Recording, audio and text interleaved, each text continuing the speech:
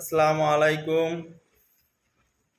Hello guys, আমি যেটা শুনতে পাচ্ছি এবং দেখেছি, আমি যেটা হুম যে ইরান নাকি কালো পতাকা উড়িয়ে দিয়েছে। এটা কতটা সত্য কতটা মিথ্যা আমি জানি না। ওখানে যারা আছো নিশ্চয়ই কমেন্ট করে জানাবে। আমি একটা কথা বলতে যাচ্ছি যে ওখান থেকে নাকি দুটো দল বেরোবে।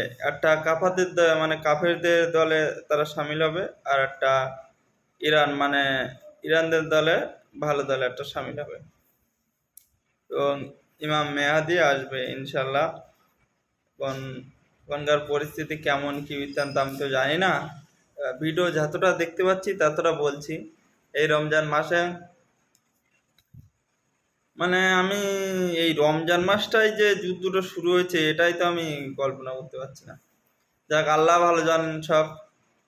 যে যেখানে আছো ইনশাল্লাহ কমেন্ট করে জানাও যে ওখানকার পরিস্থিতি কি।